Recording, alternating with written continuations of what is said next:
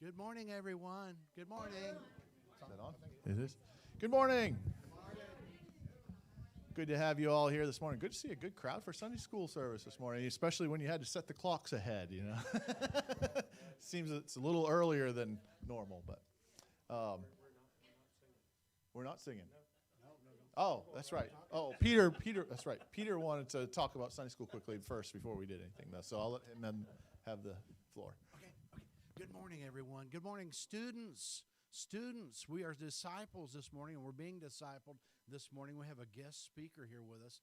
And so I asked the pastor about 3.5 minutes ago, could I stand up here for just about 15 to 30 seconds and do something? I wanted to invite every single one of you to Sunday school on Sunday mornings. Can you imagine yourself being in a room full of people like this regularly on Sunday mornings? That's my first question. Can you imagine yourself being in this room Sunday after Sunday after Sunday, receiving instruction from God's written word and learning more about the Bible? And it might look like something like this, where we're all sitting in pews, we're all staring at the backs of the heads of the people in front of us, or over those backs of the heads to the person that's leading the lesson. Can you imagine being in that setting? You might not have before. Well, starting right now, today, in your hearing, I'm Peter, and I'm an adult Sunday school teacher in the back. Normally, we have a classroom in the back, and there's a whole building in the back that's dedicated to the teaching of God's people in the back. I would like to invite you to be part of that. Whatever it looks like in the future, if there are multiple classes, we would welcome that. If there are multiple teachers teaching multiple topics to multiple classes, wouldn't that be an awesome thing in this church, where God's people came from all around within the surrounding 5 miles, 10 miles, 15 miles, whatever it takes to get here, and be here regularly at 9:30 on Sunday mornings? I would love to see you in my class, and I would be honored to be your teacher or one of your teachers. And by the way, we're working our way through 1st and 2nd Thessalonians for the next 2.5 months. It's interesting. My next question is, wouldn't it be neat, or wouldn't it be an awesome idea if when someone asked you a question about something that's in the Bible, you knew the answer? You knew the answer because you had taken the time and you kicked it up a notch in your life, in your studies as being a good disciple. You kicked it up a notch way back when, and you know the answer to the question that was posed to you. That's something that could happen. God's people need to be articulate about what they know and how to explain things that are in God's word. And when God's people can do that, we can evangelize the world for Jesus Christ and for his glory in a most honoring and a very efficient way. We can do that. And so I invite you to be part of my class. All right. Amen. All right. Thank you, Peter. Well, we're excited this morning to have with us Dr. Jonathan Sarfati, and it's our delight to have him here. He works with a ministry called Creation Ministries International, and their website is one of the best websites in the world. It's so easy to remember. Everybody say the word creation with me. 1, 2, 3. Creation.com. Creation.com. Okay, you got that? How many of you forgot it already? Yeah. Let's go over it again. No. All right. And it's a fantastic website. Check that out. And, of course, he's got some materials out here he'll tell us about out on the breezeway there after the service. We're going to have about a 10-minute intermission after the first session here, and then we'll get into our 10:30 session that's going to start hopefully on time this morning. So, Brother Jonathan, if you would come on up and speak to us this morning. Then. Well, all right. You. Thank you, sir. Thank you. Amen. Well, good day. Thank you for having me here. I appreciate it.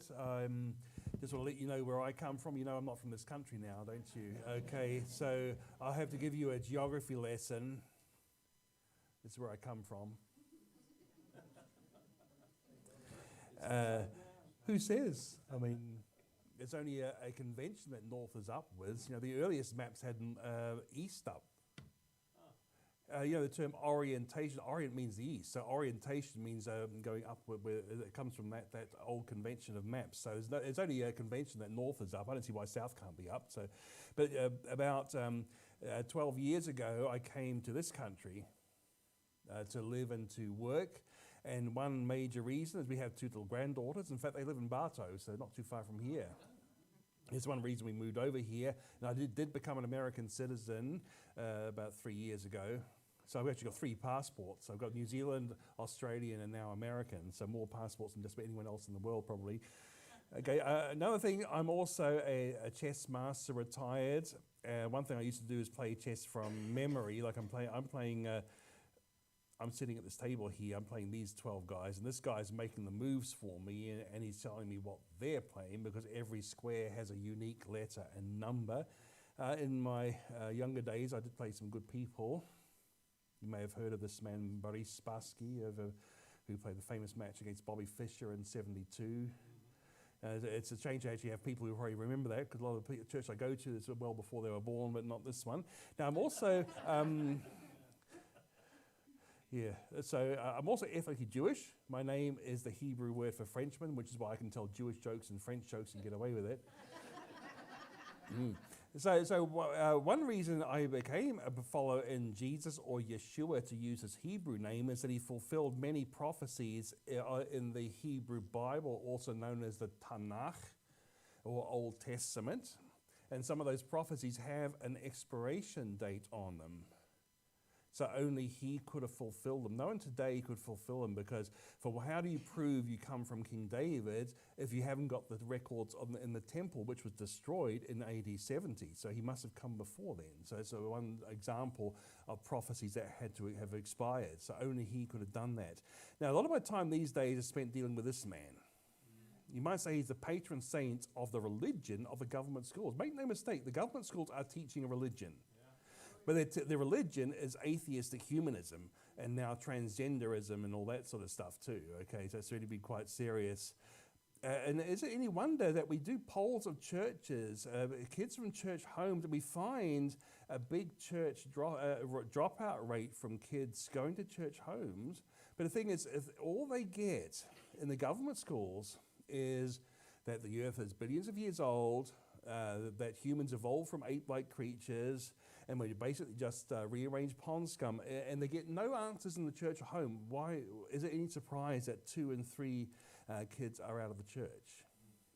The thing is, it doesn't have to be this way, you see, because we've actually shown that kids who have done creation teaching in the church and the home, they're the ones more likely to stay in the church, because they actually have answers to what they're getting in the education, the media, Hollywood. So it does make a difference. And as we did a survey of lots of students who came from church homes, and the ones who are not in church are the ones who never actually heard the answer to the evolutionary indoctrination. And as your pastor told you, here is one place you can find it, our website, creation.com. And you might say there are 2 basic questions. Is creation true, and does it matter? And one way you can be connected to it is our free email newsletter called the Info Bites, and it comes out about once a week. It comes in your email box, and we promise not to spam you or to sell your address to a third party. We keep your privacy. I know it's like I've signed for certain things and I get all these emails I've never heard of. No, we won't do that to you. We will protect your privacy. Okay. Now, what happens, for instance, if someone comes and there's something in the media and says, here's the latest missing link. Well, we'll have an answer for you in the next week or so. All these sorts of things. But of course, remember, didn't they find the missing link last year and the year before that as well? What did they find last year? Hang on, if they're finding the missing link this year, what did they find 2 years ago? They don't believe it anymore, do they? But they hope you've forgotten that. And they hope you keep on remembering, they're finding missing link, missing link, missing link. But hang on, they told it last year, the year before, 10 years ago. And in fact, the evidence for evolution I learned in high school, no one believes anymore. I was taught in high school that humans evolved from Ramapithecus. No one believes that now. But they won't tell you that. They'll tell you lies 30 plus years ago. I'm sort of aging myself a bit here, aren't I? Okay, so one place, we have a free email sign-up sheet. So if you guys want to pass this around, all you need to do is put your name and your email and your postcode. And one advantage is that if there's a creation speaker in your area, it'll actually notify you that there's a creation speaker close to you. So if you put your postcard, you can see if me or one of my colleagues is coming. And since I'm moving to Florida, God willing, in a month's time, I might actually we might do more Florida ministry, because we're based in Atlanta, which is quite practical. It's a Delta hub, so you can go to just about anywhere in the country with one flight. But when it comes to Florida, I can probably now drive to Florida. Or maybe one of my colleagues, you might prefer a colleague, who knows. And we do have books outside there. And the reason we have books is to equip the church. Because we know very well you're not going to remember a lot of what I tell you today. Okay? And also people who couldn't make it today. That's why we have these books, so you can share it with other people. And by the way, after I do I'll explain a bit about dinosaurs, I'll let you guys ask me some questions about creation, the Bible, anything you like, really. But one book you might like is called The Genesis Account. I wrote as an 800-page commentary on Genesis 1 to 11. And explains why it matters. How did Jesus and the apostles understand Genesis? And how all the basic doctrines of Christianity all have their roots in the first 11 chapters of Genesis. And it's the only Genesis commentary that talks about dinosaurs, which is what I'm talking about today. And one reason we have this is because we have this passage to give an answer to everyone who asks you to give the reason for the hope that is in you. We're supposed to have reasons and answers for what, but the Christian faith is not a blind faith. We're supposed to have answers. And let's face it, though, we have these, your kids or your grandkids might come from government schools and say, well, if God made everything, who made God? And what about dinosaurs? Didn't they die out 66 million years ago? And doesn't carbon-14 dating prove the Earth is billions of years old? And how do we get different races if we all came from Adam and Eve? And where did Cain get his wife when he wasn't able? You know, if you want to know the answers to these, we have this book called the Creation Answers book, which actually has 60 questions and 20 chapters, and it answers a lot of the things that people keep on asking in Q&A times. And as part of this starter pack, which has my first book, Refuting Evolution, plus we have a free DVD, so it's a real Jewish bargain. So let's have a look at dinosaur, because let's face it, people want to know where dinosaurs fit in with the Bible. And the thing is, the Bible, being God's word, is the history book of the universe, and it actually tells you where dinosaurs fit in, but you have to use some logical deduction from what is revealed there to make deductions about the rest of the world and the history, plus where dinosaurs fit in there. But first I better define what I mean. A dinosaur has a very distinctive meaning. They have these column-like legs, so the legs are vertical, straight up and down, because they've got this thigh bone here. This little part here, they call it a process in medical. I don't know why it's called a process. That's called a process, a little piece of the bone. And it goes into the hollow part of the hip bone. Dinosaurs are unique. They have a hollow hip bone, a hole there. We have a cup shape here. If you look at anatomy books, we have a cup shape. Most things have a cup shape. The dinosaur has a hollow there. But it means that the process goes in, and it means the dinosaur can walk vertically. See, reptiles today, they have a cup shape here. They don't have a hollow. And you see how crocs and lizards, they walk, their legs are sprawled out to the side. So you shouldn't really call a crocodile or a Komodo dragon a dinosaur, because the leg structures are very, very different. Okay, so the Bible is the history book of the universe.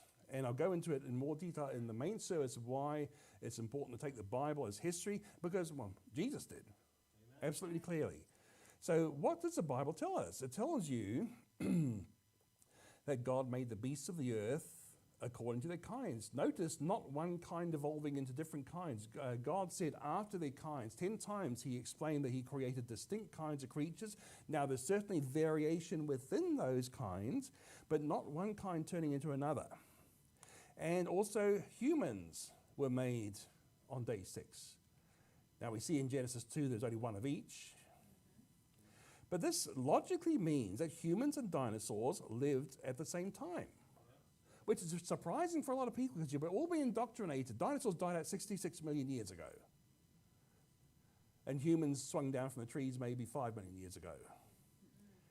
But the question might arise then, okay, if dinosaurs and humans lived at the same time, why don't we find their fossils together? So when they ask a question like that, try and think of what's behind the question. There's an assumption behind this question is, if things live together, then they will be fossilized together. But how true is this assumption? Well, let's look at this picture here.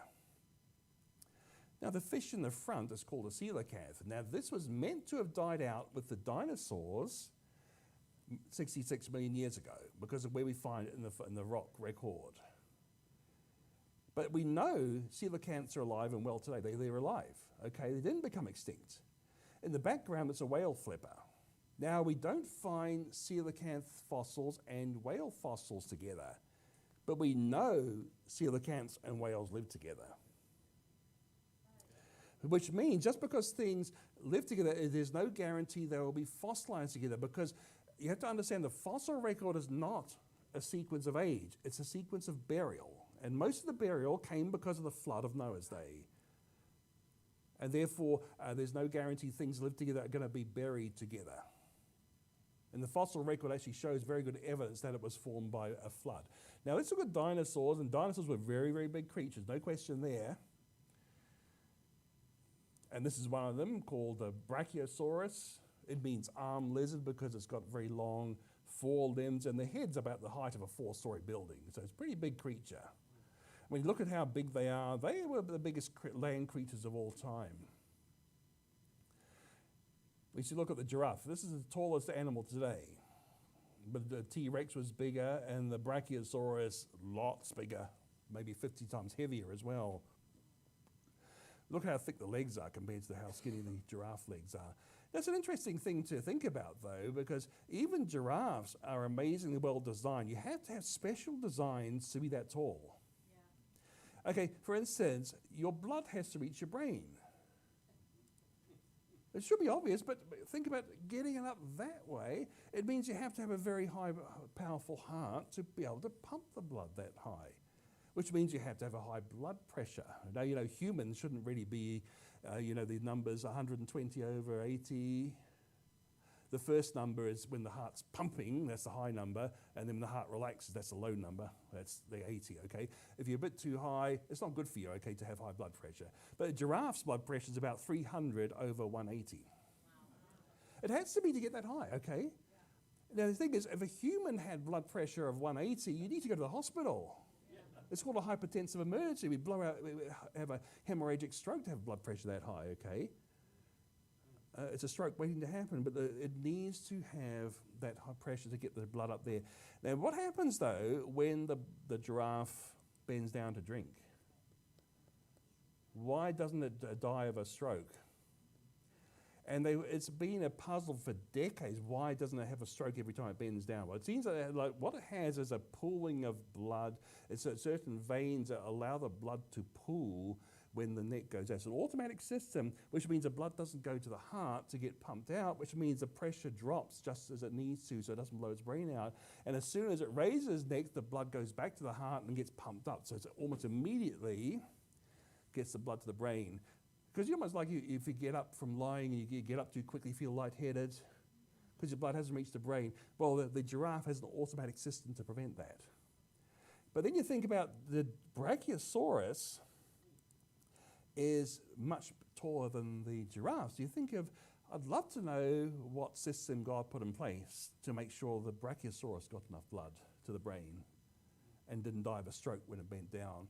But they do think the Brachiosaurus heart must have been about 600 or to 750, okay, to be powerful enough. So that's a few things about design features needed to have a dinosaur that tall.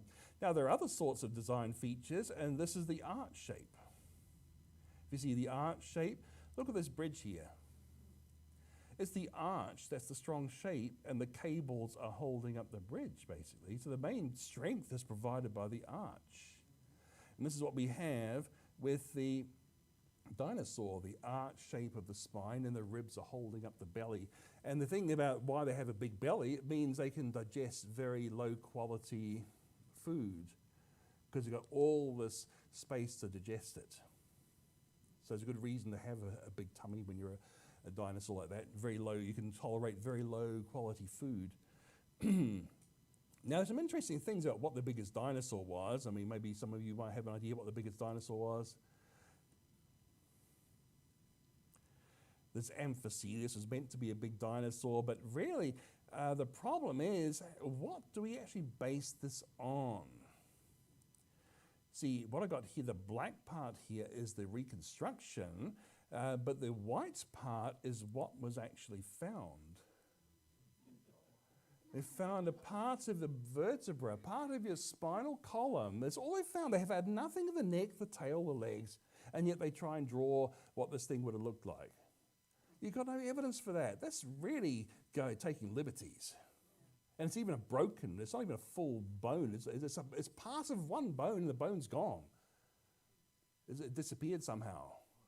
So we can't go back and check and see, these measurements right? Well, it's no longer there. Now, you've got certain things like the diplodocus here. Okay, we've got most of the bones there. I think we've got a good idea what it looks like. And look at a human. This is meant to be a human for scale. So there's no question dinosaurs once existed. But when you look at some of the big ones, well, we really are taking a bit of guesswork about what they really look like because we've only got a tiny number of the bones. So those are things, there's some limitations. Now, there is an interesting creature called the Dreadnoughtus. Now, we've got a lot of bones there. Here's a human here for scale. We've got most of the tail. We've got some of the neck. But we've got the legs and the ribs. And so we've got a good idea this thing was a pretty massive creature. And they first estimated it was about 65 tons. So it's heavier than an empty Boeing 737. That's the plane I mostly travel in, actually. If I'm traveling or flying, it's usually this plane. But you get an idea, this is a big thing. Now, one thing they described, the discoverers said this thing had a 30-foot-long weaponized tail. So you can tell from these bones here, this would have attached very powerful muscles. So very powerful weaponized tail. That's how the discoverers described it. Now, so when we go back to the Bible, the question often arises, why isn't the word dinosaur in the Bible? I'd say it'd be a miracle if it was in the Bible because it wasn't invented until 1841. So the King James Bible, that's 1611, right? So that's 230 years before the word dinosaur was invented. So of course it's not going to have the word dinosaur. It didn't exist. Now when you think, here's where the word dinosaur comes from. It means terrible or horrifying lizard or reptile. Okay, so this is invented 1841. Sir Richard Owen was one of the leading paleontologists or fossil hunters and anatomists in the world at the time. He was very much opposed to Darwin's theory. In fact, Darwin, when he first proposed his theory, he had most of his opposition from the scientists because it didn't work scientifically. But sad to say, he probably prevailed because he had a lot of support in the Church of England. So it's interesting, he had the so-called religious people supporting Darwin and many of the scientific people opposing him. So in a sense, it's a religion versus science issue, but it's not the way you think, it's not the way around you think it is. Now, some of you are probably old enough to remember this thing here called the slide rule. I had to use it in high school, okay? Now, and log tables. Because when did the push-button calculator come in? Sort of 70s, and it costed a lot of fortune when it did, yeah. Okay, you see, but the word calculator is a much older word than dinosaur. The word calculator goes back to the Middle Ages. You've got the 14th century people using the word calculator. So calculator is a much older word than dinosaur, but of course you think of calculator as a very modern invention. That gives you an idea of how recent the word dinosaur is. But we do have words in the Bible that describe creatures we now call dinosaurs. Now, I'll give you an example. The book of Job, I think the oldest book to be finished. Now, obviously, Genesis has events much older than Job, but see, Genesis goes up to Joseph, while Job was probably around the time of Abraham. Okay, so Job is the oldest completed book in the Bible. Now, if you go to Job 38 and 39, it's God giving a creation lesson to Job. This is what he's done, what Job hasn't got a chance of doing. This is what God has done. So real animals, no one has any trouble understanding. These are meant to be real animals that Job was familiar with. Then he gets to Job 40. And what do we get? So it's an interesting creature here. This is, I'll put this one here. Here's the version I want here. Behold, behemoth. Now, what's a behemoth, though? It's not an English word. It's a Hebrew word. But what it means is the translators didn't know what it was, so they didn't translate it. They left it in the Hebrew. Now, in the Hebrew, it's pronounced behemoth. okay? And that's a plural word. See, the normal word for beast in Hebrew is behemah, so a plural is behemoth. But this is actually a single creature. Why has it got a plural name? But what it's saying here is the beast of beasts. It's the greatest creature God made. That's why it's got the plural term there. It's the beast of beasts. And what to tell you, he's a plant eater, he eats grass, and he's very powerful. And it tells you he moveth his tail like a cedar. Now, what's a cedar? It's not just a tree, it's a very big tree. It's the biggest tree in the Middle East. So when King Solomon built his temple, he used cedars from Lebanon for a very good reason. Here's a small cedar from Australia. But it's quite big, right? Okay, but then some of the study Bibles tell you, what's a behemoth? They tell you it's an elephant. Hang on, here's an elephant tail. And here is a hippo tail. That's another thing. But see, in fact, it's interesting. The Russian word for hippopotamus is begemot, which basically comes from the Hebrew, from the Bible. But in fact, it can't be a hippo, because look at how tiny the hippo tail is. But what about this creature here?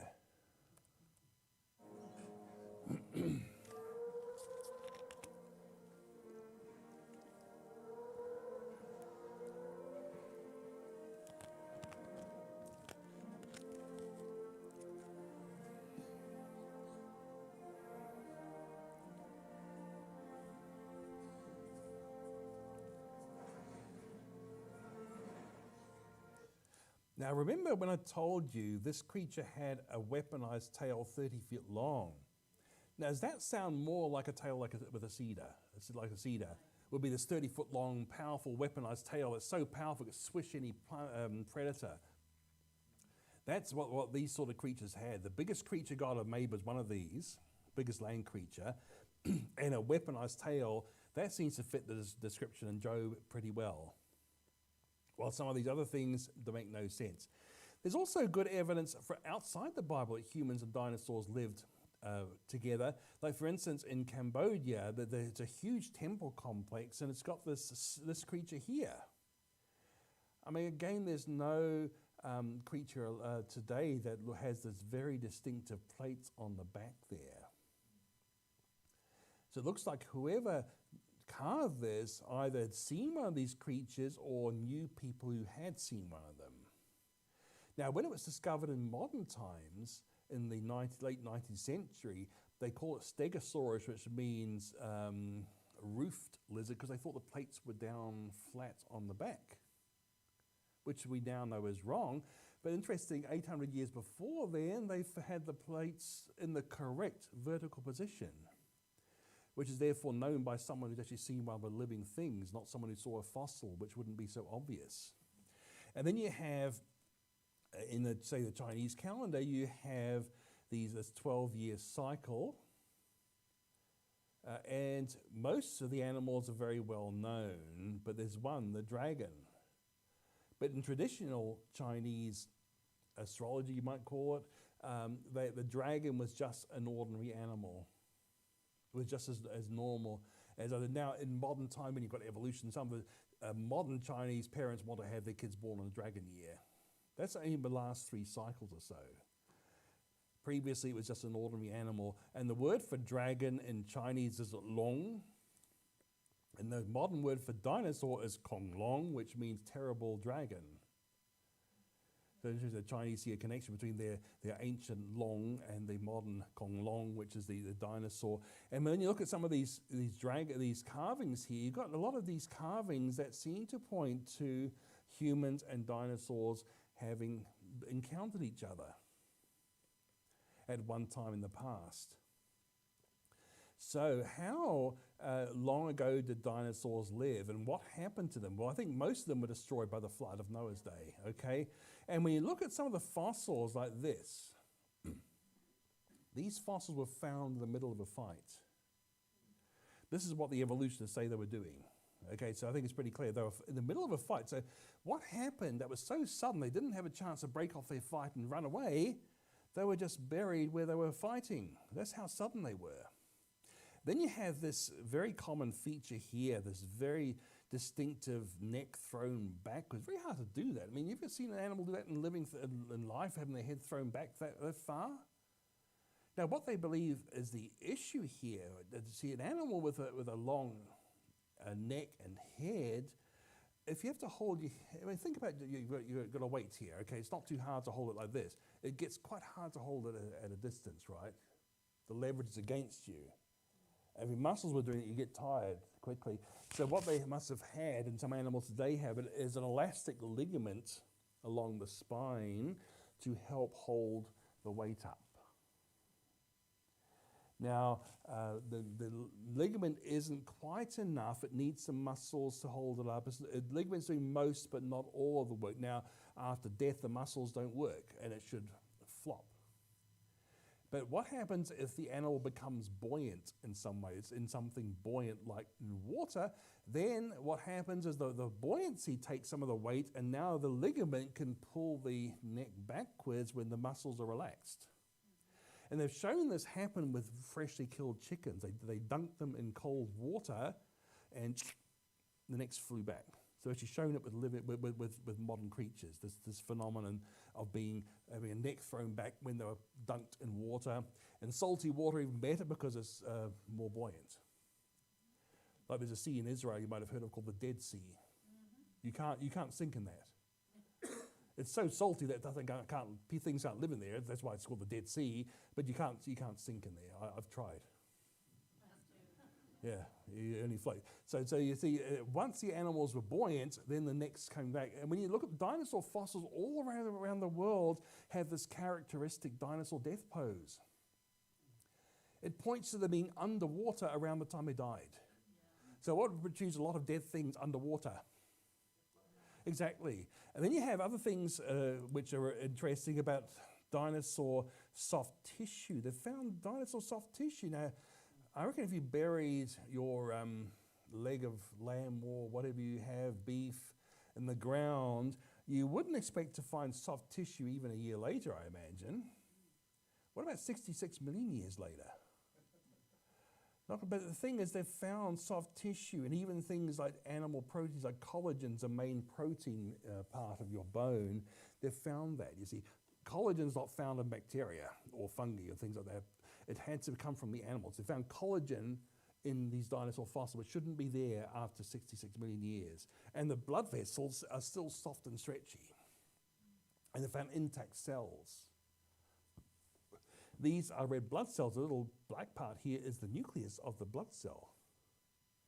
So finding blood cells, stretchy blood vessels, collagen, even DNA, which breaks down really quickly. They found those in dinosaur bones. And I'll let the main discoverer, Dr. Mary Schweitzer, talked about this. Mary put some fragments of the bone in acid to dissolve away the outermost layer of mineral. But the acid worked too fast, and all the mineral dissolved away. Being a fossil, there should have been nothing left. But there was, and it was elastic, like living tissue. This is the piece. No. She showed us video she took under the microscope. That's really what happened? Yes. That's the dinosaur bone? Without mineral now. That's what was left. It looked like the soft tissue she would have expected to find if it had been modern bone.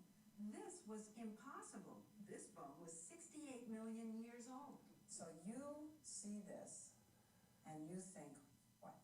You I didn't want to tell anybody. that you'd be ridiculed, Yes. right?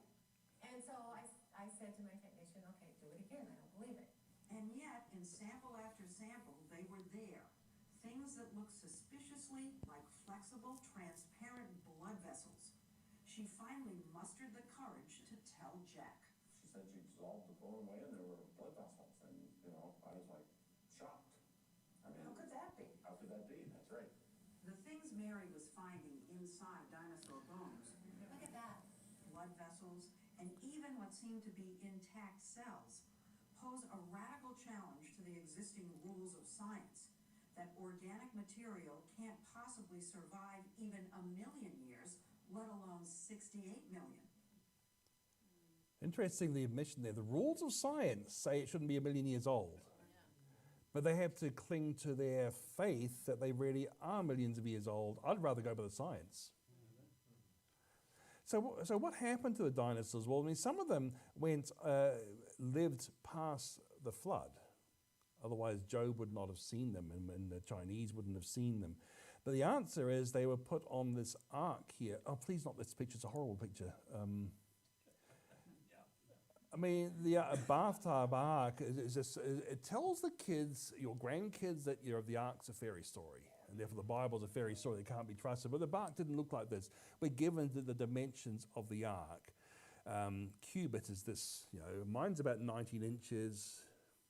Let's say 18 inches is a cubit, okay? So 300 cubits long is what? Exactly. Which is longer than a football field. It's also 50 cubits wide, which would block 6 lanes of the interstate. And it's 30 cubits tall, which would be as high as a 4 or 5 story building. And look at how tiny people are. And I calculated it would take about 340 semi-trailers to load up the ark. You know, it was like you're in the highway, they're blocking up all the lanes and you can't see in front of you because they're blocking everything up. But I mean, look how tiny a semi-trailer is compared to the ark. So when you tell me the ark couldn't fit all the animals, well, do you know how big it was? 340 semi-trailers, big, okay, that's big. And also extremely stable. It could stand up to waves 3 times bigger than a tsunami, would not capsize. The ark was designed with very stable dimensions. And God knew what he was doing when he designed the ark. Almost impossible to capsize a boat that with those dimensions. And when it comes to dinosaurs, I mean, one thing to realize, there are not that many kinds. There are a lot of different names. I mean, people who like dinosaurs, there are a lot of different names. There are probably only 50 or so kinds of dinosaurs, and most of these are varieties of a very low number of kinds of dinosaur. And the other thing is, not all dinosaurs were big. Now, the average size of a full-grown dinosaur is about the size of a bison, a buffalo, okay? That's the average size of a full-grown. They're big creatures, but they didn't start off big because they started off with eggs no bigger than a football. And they also went through growth spurts. See, they've looked at growth rings on dino bones, and all the dinos they've discovered went through the same type of growth pattern, very slow at first, then a very sharp upward spurt, and then leveled off. Now, since God was the one who brought the animals to Noah, I'd presume he'd bring them about a year before their growth spurt. Yeah. See, this is a very big dino. Apatosaurus is very big, maybe up to 30 tons. That's big, okay? But at the age of 4, he's only 1 ton. Age of 5, when he's about to get off the ark, he's still not much bigger. And when he gets off the ark, then he's ready to go through his growth spurt. And if all the big dinosaurs were taken on before they began their growth spurt, then of course it's easier to fit them in, and of course easier to feed them as well. So there are ways of understanding how the dinosaurs fitted on the ark. Now, evolutionists don't really know how dinosaurs became extinct. All sorts of weird theories have been proposed, like this junkie theory that narcotic plants evolved and they all got stoned. Well, the plant eaters got stoned, the meat eaters had nothing left to hunt. Okay, then the meteorite theory is a common one. But then why do the crocodiles still exist? Because a meteorite would be more likely to kill crocodiles and butterflies and frogs than the dinosaurs that supposedly ruled the earth for 160 million years. So why did it wipe out the dinosaurs but not the frogs and the butterflies? And my own favorite thing is the evolutionary idea is the Gary Larson theory that tobacco evolved, they all died of lung cancer. So what have we learned? Okay, dinosaurs tell us about God's creativity. I mean, they show his glory. I mean, just think about the amazing designs to make land creatures as big as those dinosaurs. Okay, it's incredible creativity. They tell us about the fall as well, because God created everything very good. We're not very good anymore. That's because Adam disobeyed God. He rebelled. And because of the fall, God pronounced judgment. And that means death. And a particular serious judgment was the flood of Noah's day, because man had become so wicked and sinful and violent. In fact, it's interesting that the Hebrew says it was full of Hamas. the Hebrew word for violence. It's quite appropriate. Yeah, so violence on the earth. And then it tells about God's providence, because God provided a way out. The Ark of Noah was big enough to take lots more people if they'd repented of their evil ways. I mean, you look in the book of 2 Peter, it tells you Noah was a preacher of right. He was trying to get people to come right with God. But only his family came on board the ark. And in a sense, they tell us about the gospel, because just as the ark was the only way to escape the physical judgment of the flood, there's only one way to escape the eternal judgment that we deserve, and that is through Jesus Christ our Lord and Savior. So this is a very brief summary of the dinosaur book. As I said, there are plenty of dinosaur books out there. We have Exploring Dinosaurs with Mr. Hibb, which is actually for middle schoolers and up really. It's actually got a lot of material in. I think a lot of adults will learn a lot from this book too. And we have some kids' dinosaurs books there, which are quite attractive. And we also have some packs for kids. So if you've got kids and grandkids, you might like some of the packs there. We've got some very new ones. And they've got this is a younger version of a book for dinosaurs here. And this is, again, explaining dinosaurs plus the ark. This is a nice little book for the younger people. And we have a kids pack of 5 different books, and also a book for very young kids called Please Nana, which is basically is a grandmother going through things like who is God and why is there death and what's a miracle. Basically teaching her granddaughter, a young granddaughter, all these things. It tells you, it's got Nana notes, which will tell you, well, this is what you can how you can explain to your granddaughter or grandson what's going on here in the book there. It's got notes for the reader as well as for the things for the kids to read together with you. So I've got a chance for a few questions that you might want to have about creation, the Bible, dinosaurs. I'm fairly open in this sort of thing to answer questions on all sorts of different things. Please ask me some questions.